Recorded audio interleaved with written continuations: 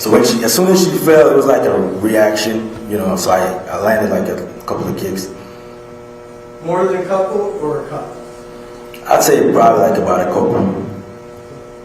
And right at that moment,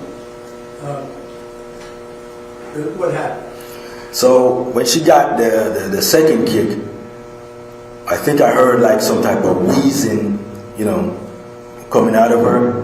And then also, like in the background, I could hear like some footsteps running. And at that point, I was like, oh shit, Elena. So I ran out of the bathroom towards the living room area. And then I saw like Elena, like she was somewhere close to the stairs, back at the front. So I ran towards Elena and picked her up. And we went upstairs. And then I was trying to get her back to bed. Back in the bathroom, when this happened, how long did that confrontation, that violent confrontation, how long did it take? That was definitely less than a minute. It couldn't be that long. Were you the aggressor? No, I was not. What was going through your mind when you were there, when that was happening? So, when she was attacking me, I was basically just trying to defend myself. And I guess probably like a normal situation, you probably like, if someone's like a lot smaller than you, it's not a big deal, you probably just hold them. But since she's, she's bigger than I am, she's pretty strong, so trying to hold her, to restrain her or some shit like that, it's probably not feasible. So I just gave her a few kicks, like a couple of kicks, to like knock the wind out of her and get her to stop.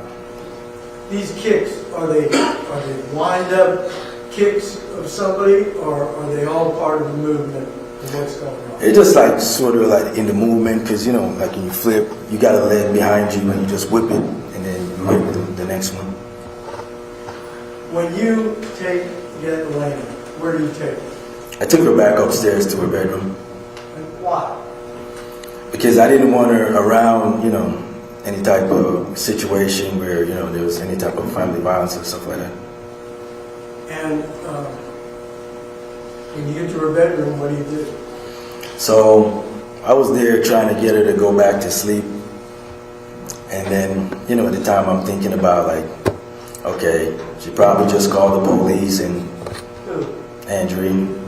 When you go up to Elena, do you think that Andrene's okay? No, I just thought, because I heard her wheezing, so at the time I just thought she got the wind knocked out of her. So she probably already caught her breath, probably called the police and made up some story. You know how long it takes you to get Elena back to sleep? I'm not sure the exact time, maybe 20, 30 minutes. After you do that, what do you do? So after Elena falls back to sleep, that's when I, go back downstairs and heading back to my room. And then when I, get inside the room, I notice Andrina is still lying in the floor right next to the door. So at that point, I sort of like, go over her and she's not moving. And then I bend over to like check, see. You check? Yes. Tell me how. So I bent over and then I like grabbed her face and then like feel like if I could feel like a pulse or something, and then I put my ear next to like her nose to see if she was breathing, and she was not. What kind of reaction did that make you have? So at that point, honestly, man, I became like pretty frantic at that point because oh fucking shit, she's dead on the floor. We just had a fight. Obviously, I'm gonna get blamed for this. And I got a 7-year-old autistic kid upstairs that was going to take care of her. So, I mean, it was a pretty scary situation. You stayed right there at the doors of the bathroom, the master bedroom, or where did you go? So, at that point, I'm feeling like the house is like hot. So I went outside just to like get some fresh air and just to like, gather my thoughts and like think about like, what the hell is this going on? So I go outside and I'm, just out there like pacing around and thinking. And I think I actually like went through the gate and then I came back in to the house. What did you do? So when I got back in the house, I'm thinking, God damn it, I think I need to get her out of the house before, Elena wakes up and sees her in the house. And then, I don't know, man, at that point, I got this idea to just like get her out of the house.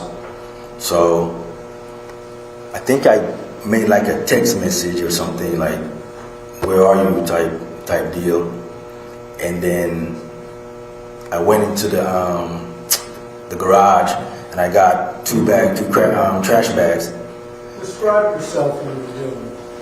So, I mean, it's a scary situation. I ain't never been in anything like that before. I'm pretty nervous, I'm frantic, what the hell is going on type deal. And I'm just at that point moving like, basically like on instincts or something. But I go inside the garage and I grab like a couple of trash bags, and then I put one over the top of her and then the other one under for the lower leg or something. What's your purpose in doing that? So at that point, for me, I was just trying to get her out of the house. Why? Because first I didn't want Elena to see her, and then at that point, like I said, I'm thinking my life is over now. Obviously, I would get blamed for this, and then she's gone. I'm probably gonna go away, and then my daughter doesn't have any parents.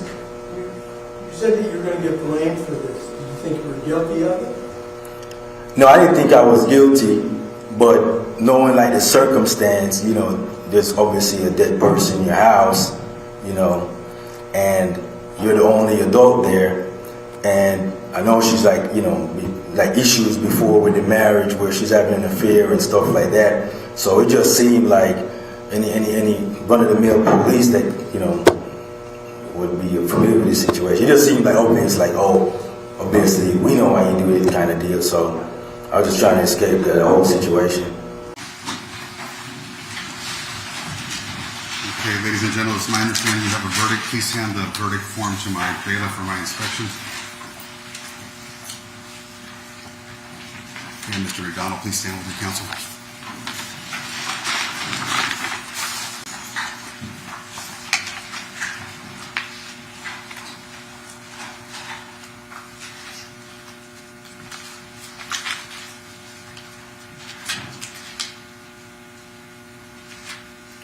Okay, as to the count of murder charged in the indictment, the jury finds the defendant not guilty of the offense of murder, as charged in the indictment, and guilty of the offense of manslaughter.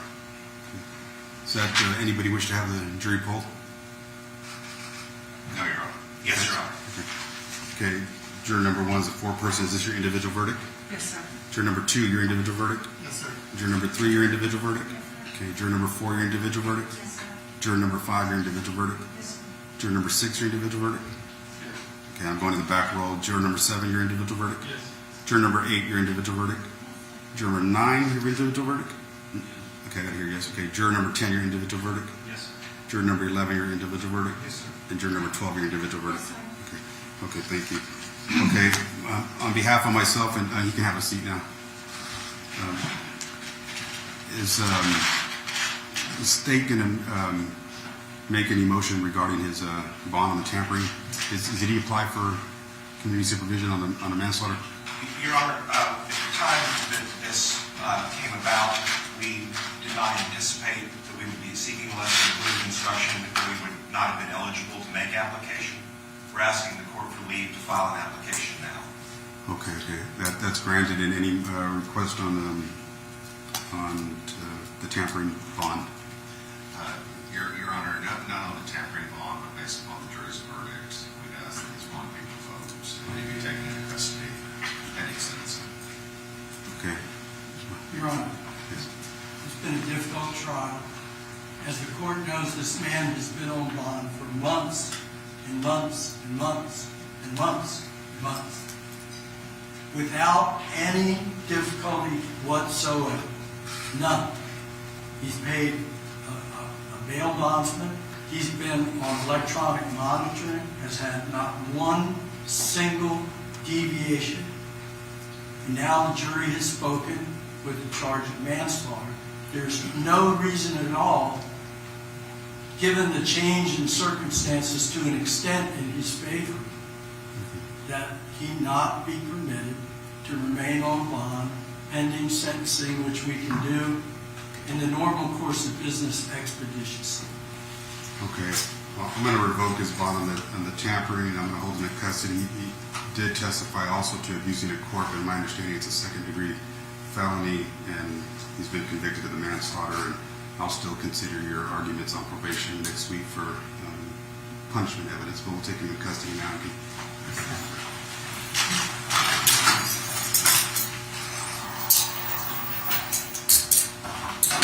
Right there. And, okay, as far as ladies and gentlemen of the jury, I want to thank you. I've been at this for several weeks on behalf of myself and all the Bexar County legal community. I know we took your time away from your loved ones, work, family, and we appreciate the service you did on behalf of the state, the defense, and everybody involved. Okay.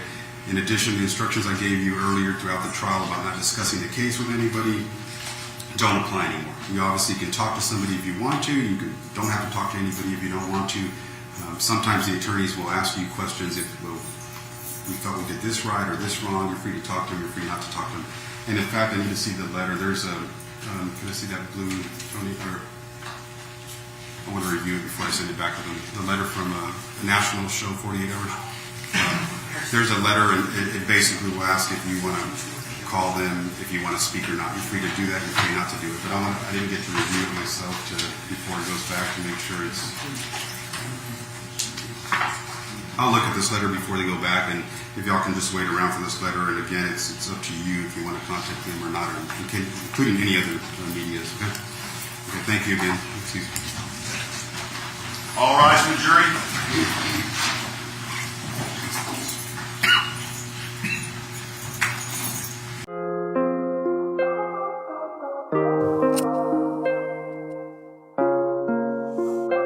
Bad virgin music. I just see pain on my feel.